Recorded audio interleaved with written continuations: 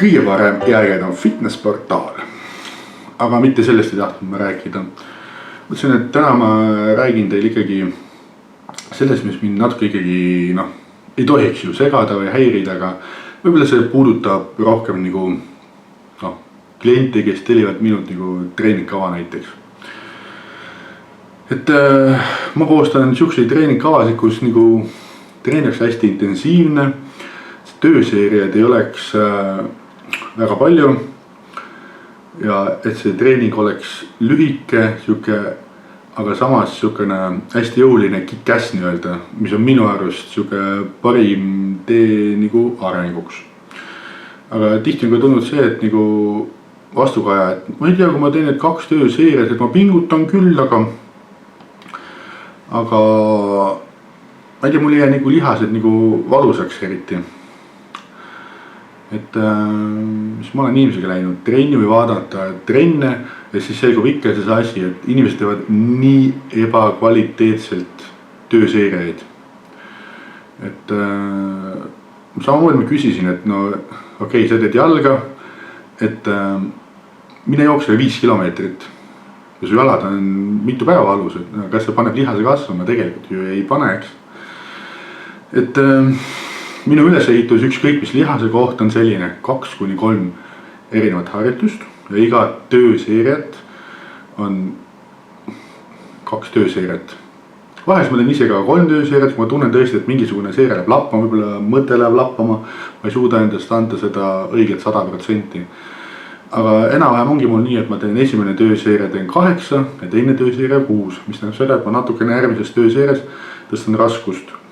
Et soojendusi siin ette muidugi tuleb rohkem, eriti kui ma trenni alustan, et see on mõeldamatu, et ma lähen kohe panen tööseeria peale ja hakkan mingit tegema, eriti kui raskused on suured. Ja madalad kordused eeldavad suuremaid raskusi. Et kui te teete harjutust, siis näiteks kui te tõstate raskust või langetate, siis tehke seda kontrollitult, ei pea kuidagi näiteks biitsepsiga, et ei pea raskust kuidagi üles saama, tõstke raskus üles rahulikult. Pingutage ja laske raskus vaikselt alla.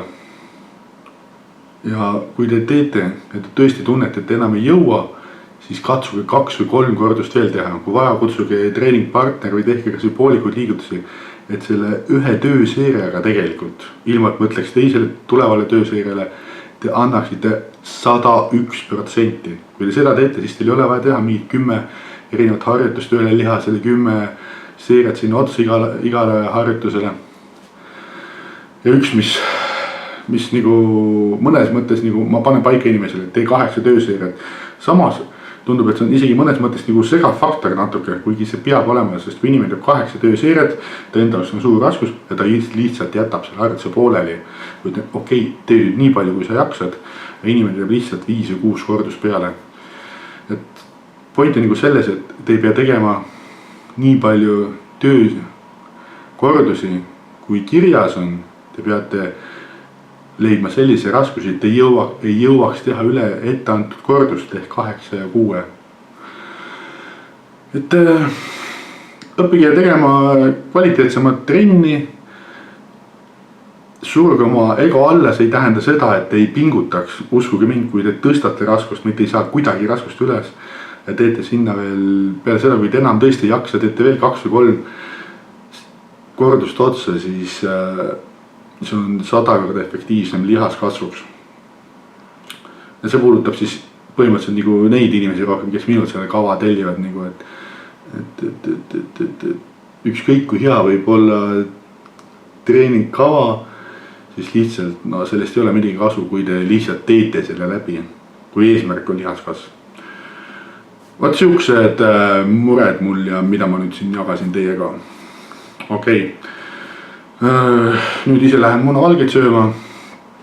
See on mul 1, 2, 3 toidukord.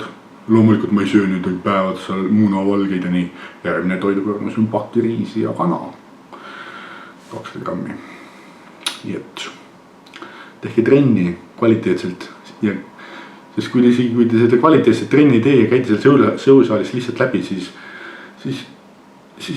siis olge jõusaalis, olge kuskil nurgas, ärge pange neid aparaate kinni, sellepärast et lihtsalt inimesed istuvad seal, teevad oma mingisuguse täiesti kala näoga, teevad oma harjutuse ära, siis istuvad seal moblas on ja ta lihtsalt hoiab aparaati kinni. Võib-olla keegi teine, kes tahab nagu areneda või trenni teha, siis andke talle see võimalus, kui ta ise ei ole selles huvitatud.